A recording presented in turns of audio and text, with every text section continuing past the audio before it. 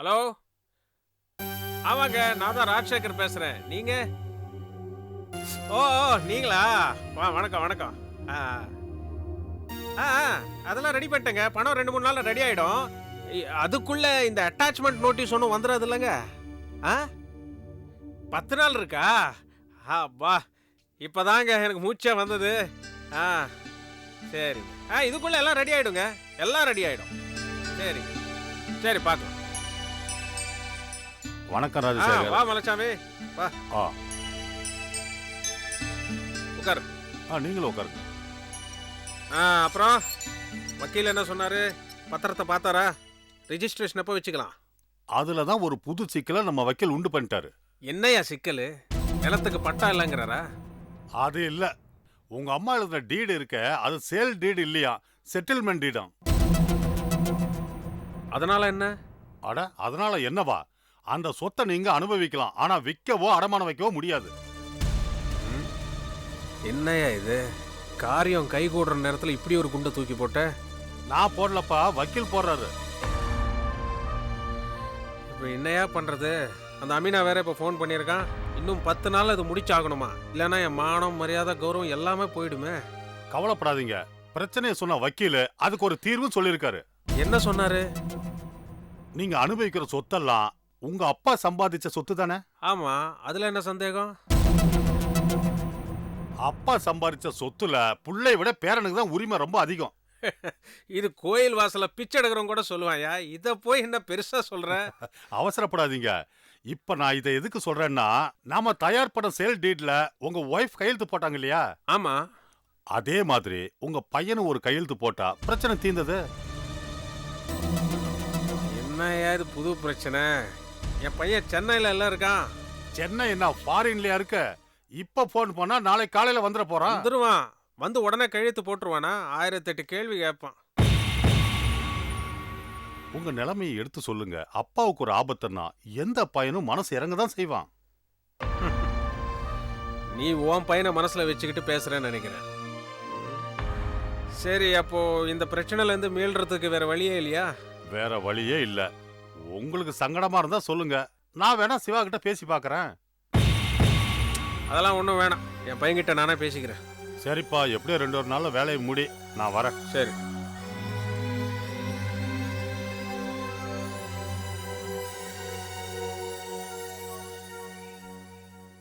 ஏண்டி, உன் புருஷனுக்கு என்ன நடக்குதுன்னு கொஞ்சம் கூட கவலைப்படாம இப்படி காய்கறி நறுக்கிக்கிட்டு இருக்கேடி? அந்த தக்காளியை நறுக்கிறதுக்கு பதிலா பச்சை மிளகாய் நறுக்கு. உன்னை கட்டிக்கிட்ட பாவத்துக்காக உடம்பெல்லாம் தேய்ச்சிக்கிறேன். அப்பதான் என் ஆத்திரம் அடங்கும். இந்தாங்க. என்ன, ஏற்கனவே ரெடியா நறுக்கி வச்சிருக்கியா? விட்டா நீ ஏன் உடம்பெல்லாம் தேய்ச்சிருவ போல இருக்க? ஏன் செய்ய மாட்ட? நீ தான் அந்த கல்லஞ்சக்கார தங்கச்சி ஆச்சு. என்னடி முறைக்கிற? பார்த்தால உன் அண்ணா எப்படி எல்லாம் என்ன கேவலப்படுத்திருக்கான்னு. என் அம்மா கிட்ட எழுதி வாங்கின டீட்டை, சேல் டீட்டா இல்லாம செட்டில்மெண்ட் டீட்டா எழுதி வாங்கி வச்சிருக்காண்டி. அதனால இத்தனை நாளும் உன்கிட்ட நான் தலை குடிஞ்சு நின்ன. இனிமே என் பையன் கிட்டயும் நான் தலை குடியணும். என்னாச்சு? வெட்டிக்கிட்டியா? நல்லா வேணும்டி, உனக்கு நல்லா வேணும். உன் அண்ணன் எனக்கு செஞ்ச துரோகத்துக்கு இப்பதான் தண்டனையா ஆரம்பிக்குது. ஏங்க, உங்களுக்கு கொஞ்சமாவது இறக்க இருக்கா? நான் உங்க பொண்டாட்டி தானே. விரல வெட்டிட்டு துடிச்சிட்டு இருக்கிறேன். அத பத்தி கொஞ்சம் கூட கவலைப்படாம என் அண்ணனை பத்தி திட்டிட்டு இருக்கீங்களே. நீங்களா ஒரு மனுஷனா? நீயும் உன் அண்ணனும் சேர்ந்து கொஞ்சம் கூட இறக்கம் இல்லாம என் கழுத்தை வெட்டுறீங்களே, அதுக்கு இது எவ்வளோ பரவாயில்லடி.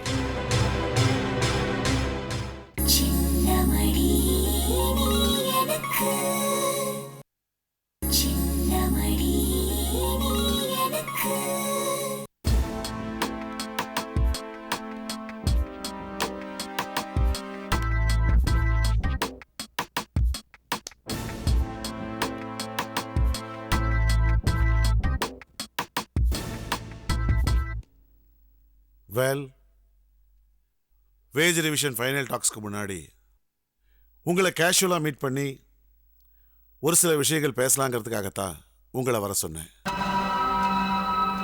முன்னேற்பாடாக உங்களை சில எதிர்பார்ப்புகளுக்கும் சில ஏமாற்றங்களுக்கும் ப்ரிப்பேர் பண்ணுறதுக்காக வர சொன்னதாகவும் நீங்கள் எடுத்துக்கலாம். பொதுவாக முதலாளி தொழிலாளிங்கிற ரிலேஷன்ஷிப் ஒரு அப்பாவுக்கும் பிள்ளைக்கும் இருக்கிற ரிலேஷன்ஷிப் மாதிரி தான். ஃபார் எக்ஸாம்பிள், காலேஜ் டிஸ்டன்ஸ்ல இருக்கு, போயிட்டு வர்றதுக்கு வசதியா கார் வேணும்னு புள்ள கேட்கலாம். ஆனா அப்பாக்கு இருக்கிற வசதிக்கு பையனுக்கு ஸ்கூட்டர் தான் வாங்கி தர முடியும். அது ஒரு வகையில் அவனுக்கு டிசப்பாயிண்டா இருக்கலாம், இன்னொரு வகையில் சாட்டிஸ்ஃபேக்ஷனா இருக்கலாம் இல்லையா? எம்டி சார், நாங்க கேட்டது கார் இல்ல, ஸ்கூட்டர் தான். Yes, correct. பட் நீங்க ஸ்கூட்டர் கேட்டீங்க, ஆனா நான் சைக்கிள் வாங்கி கொடுத்துருக்கேன். இது உங்களுக்கு சாட்டிஸ்ஃபேக்ஷனா இல்லையா? அது தேவையை பூர்த்தி செஞ்சா அது சாட்டிஸ்ஃபேக்ஷன் சார். உதாரணமா 2 கிலோமீட்டர் தூரம் தான் போகணும்னா அது ஈஸியாக சைக்கிளில் போகலாம் சார். ஆனால் அதுவே 20 கிலோமீட்டராக இருந்தா mister Siva, I appreciate your argument. Thanks sir. இருந்தாலும் மனசுன்னு ஒன்று இருந்தா மார்க்கம்னு ஒன்று இருக்கு. கண்டிப்பாக அந்த மனசு எங்களுக்கு இருக்கு சார். உங்களுக்கும் இருக்கணும் தான் நாங்கள் ரிக்வெஸ்ட் பண்ணுறோம். ரிக்வெஸ்டா வேண்டாம், நீங்க டிமாண்டாவே கேட்கலாம். ஏன்னா எங்களுக்கும் மனசு இருக்கு. அதனால தான் உங்க கோரிக்கைகள் எல்லாத்தையும் நாங்க போர்ட் ஆஃப் டைரக்டர்ஸ் அத்தனை பேரும் தீவிரமா பரிசீலனை பண்ணியிருக்கோம். எங்க கோரிக்கைகள் எல்லாமே நியாயமானதானே சார்? அன்பு, நியாயங்கிறது எப்பவுமே ஆளாளுக்கு மாறுபடக்கூடிய விஷயம். நான் சொல்ல போறத தயவு செஞ்சு அவசரப்படாம பொறுமையா கேளுங்க. நீங்கள் சொல்லுங்கள் சார். மிஸ்டர் சிவா, உங்க கோரிக்கைகள்ல எங்களுக்கு நியாயம்னு பட்டதை உடனே ஏத்துக்கிட்டு இருக்கோம். சில கோரிக்கைகளை கண்டிஷன்ஸோட ஏத்துக்கிட்டு இருக்கோம். இன்னும் சில கோரிக்கைகளை கரெக்ஷன்ஸோட ஏத்துக்கிட்டு இருக்கோம். ஒரு சில கோரிக்கைகளை ரெஃப்யூஸும் பண்ணியிருக்கோம். அதோட டீட்டெயில்ஸை இன்னைக்கு ஈவினிங் என்னுடைய செக்ரட்டரி உங்ககிட்ட கொடுப்பாரு. அதை எடுத்துக்கிட்டு போய் நீங்க எல்லாரும் நல்லா டிஸ்கஸ் பண்ணி எமோஷனலா எந்த விதமான முடிவு எடுக்காம பிராக்டிக்கலா ஒரு நல்ல முடிவு எடுங்க. ஓகே சார், ஒருவேளை அதில் எங்களுக்கு உடன்பாடு இல்லைன்னா? No problem. நாம இன்னொரு தடவை உட்காந்து பேசி முடிவெடுப்போம். சில விஷயங்களை நாங்க உங்களுக்கு விட்டு கொடுத்த மாதிரி நீங்களும் விட்டு கொடுக்கணும்னு நாங்க எதிர்பார்க்கிறோம். கண்டிப்பாக சார். நீங்கள் எதிர்பார்க்குற மாதிரி நாங்கள் நடந்துப்போம். ஏன்னா கம்பெனி நல்லா இருந்தால் தான் நாங்கள் எல்லாரும் நல்லா இருக்க முடியும். அது எங்களுக்கு நல்லாவே தெரியும் சார். That's the spirit. இப்படி தான் இருக்கணும். ஒரு நல்ல முடிவோட வாங்க. All the best. Thank you sir. வாங்க போலாம். ரொம்ப நன்றிங்க சார். போலாமா? வரேன் சார், போயிடுறேன், வரேன் சார்.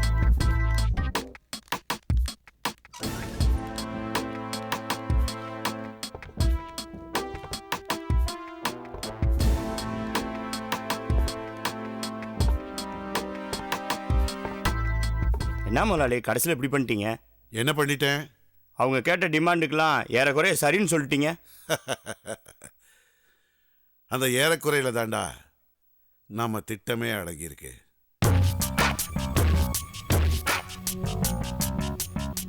புரியல இல்ல?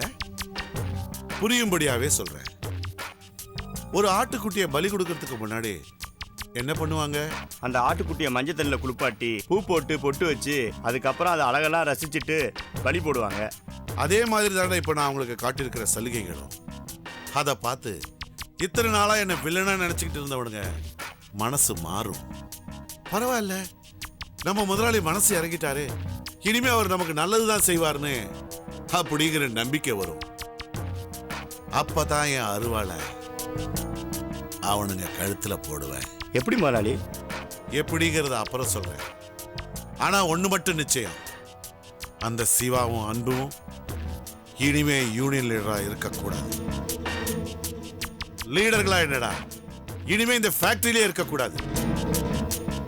இந்த கம்பெனிக்கு நான் எப்படி நிரந்தர எம்டியோ அதே மாதிரி இந்த கம்பெனிக்கு நீதாண்டா நிரந்தர யூனியன் லீடர். ரொம்ப தேங்க்ஸ் முதலாளி.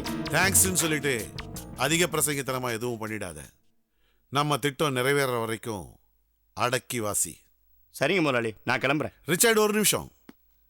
நீ யூனியன் லீடர் ஆகிற வரைக்கும் பின் பக்கமாக தான் வரணும், பின் பக்கமாக தான் போகணும். என்னை சந்திக்கிறதையும் குறைச்சிக்கோ. ஓகே? ஓகே முதலாளி, நான் வரேன். ஆ.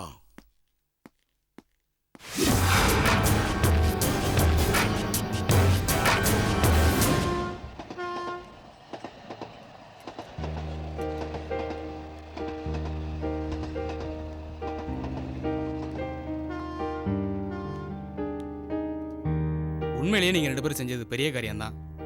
அவசரப்படாதீங்க. நல்லபடியா செட்டில்மெண்ட் கையெழுத்தாகட்டும், அதுக்கப்புறம் பேசிக்கலாம். கொஞ்சம் கூட இறங்கியே வரமாட்டேன்னு சொன்ன நம்ம எம்டியை இவ்வளோ தூரம் இறக்கி கொண்டு வந்திருக்கீங்கன்னா அது பெரிய விஷயம்தான். ஏன்பா அதுக்கு கொஞ்சமாவா கஷ்டப்பட்டோம்? 6 மாசமா போராடிட்டு இருக்கோம். ம்.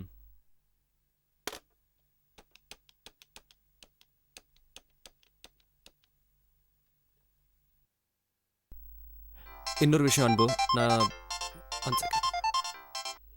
ஹலோ சிவா, நான் தான்ப்பா அம்மா பேசுறேன். அம்மா, ஒரு நிமிஷம். என்னம்மா, எப்படி இருக்க? நான் நல்லா இருக்கேன். நீ எப்படிப்பா இருக்க? அம்மா, நல்லா இருக்கேம்மா. எதுக்கு திடீர்னு ஃபோன் பண்ணிருக்கீங்க? உங்க அப்பா உங்ககிட்ட ஏதோ முக்கியமான விஷயத்தை பத்தி பேசணுமா, உடனே கிளம்பி வர சொன்னாருப்பா. என்னம்மா இது, இப்படி திடீர்னு ஊருக்கு கூப்பிட்டா எப்படி? எனக்கு இங்க ஏகப்பட்ட வேலை இருக்கு, இப்போதைக்கு வர முடியாதுமா. இப்போ உன்னை ஊருக்கு கூப்பிடுறதோ ஒரு முக்கியமான வேலைக்காக தான். ஒரு 2-3 நாளைக்காவது லீவு போட்டு உடனே கிளம்பி வாப்பா.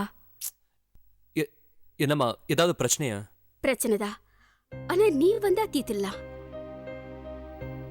அப்பா உன்னை வர சொன்னாரு, நீ பாட்டுக்கு ஏதாவது காரணத்தை சொல்லிட்டு வராம இருந்துடாத. சரிம்மா, நான் ஊருக்கு வரேன், நீ ஒன்றும் கவலைப்படாத. சரிப்பா, பார்த்து பத்திரமா வந்து சேரு. சரிம்மா, நான் வந்துடுறேன். உடனே கிளம்பி வாப்பா. வந்துடுறேம்மா.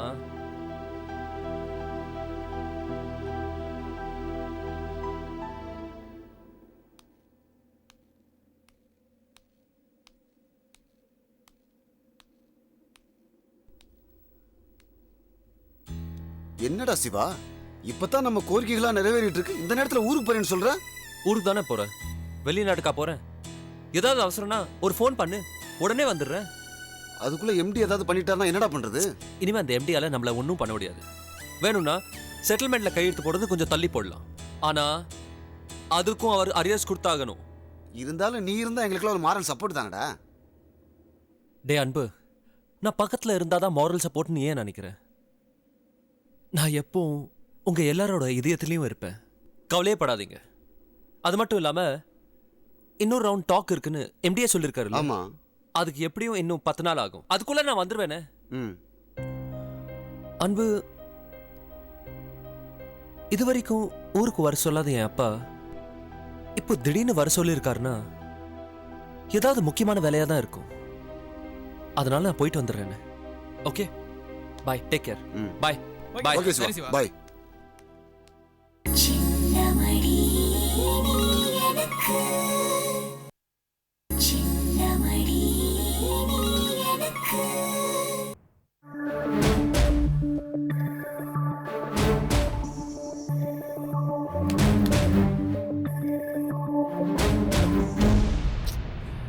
என்ன அவசர அவசரமா வர சொல்லிட்டு எதுவுமே பேசாம வெத்தலை பாக்கு போட்டுக்கிட்டு இருந்தா அதுக்கு என்ன அர்த்தமா?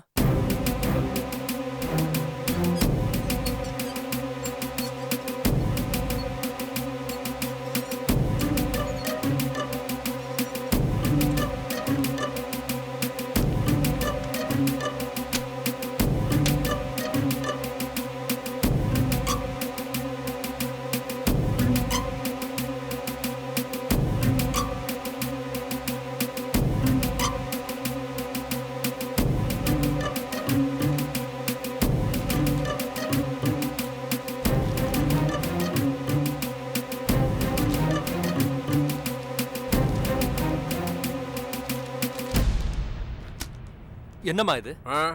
நம்ம சொத்தை விற்கிறதுக்கான பத்திரம். சொத்தை விற்க போறாரா? இப்போ எதுக்குமா விற்க போறாரு? ஆமா, எந்த சொத்தை விற்க போறாரா? கோடியாந்தோப்பை விற்க போறேன். கோடியாந்தோப்பா?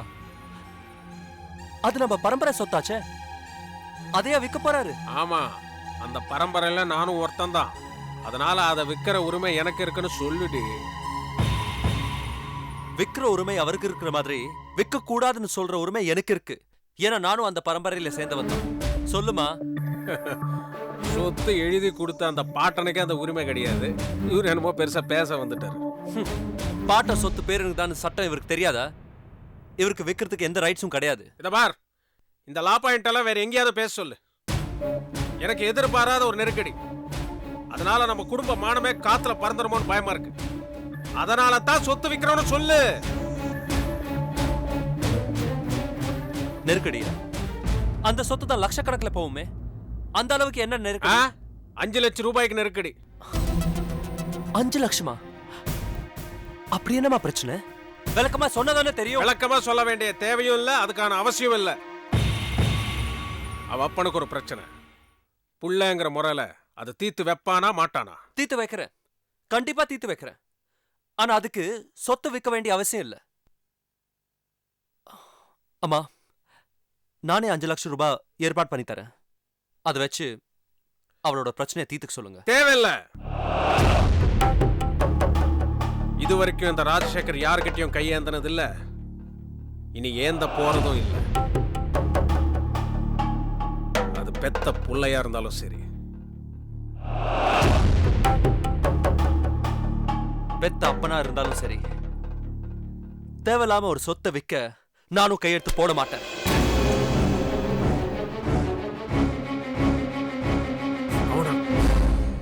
பாத்தியாடி, அப்பன்னு கூட பார்க்காம எப்படி பேசிட்டு போறான் பாரு அவன்.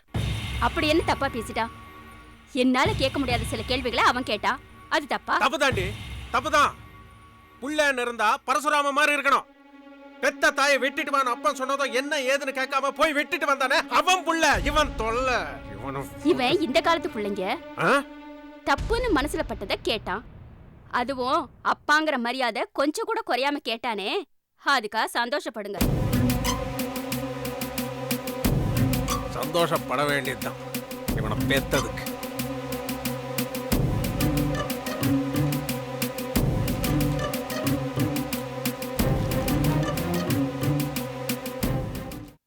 அகல் விளக்கின் அடியினிலே நிழலாக இருளிருக்கும் அனுபவத்தின் மறுபுறத்தில் சுகமான துயர் இருக்கும். அகல் விளக்கின் அடியினிலே நிழலாக இருளிருக்கும் அனுபவத்தின் மறுபுறத்தில் சுகமான துயர் இருக்கும். என் அறையின் ஜன்னல் திரைகளிலே உன் அழகு பருவம் படபடக்கும். உன் பாத கொலுசின் அசைவினிலே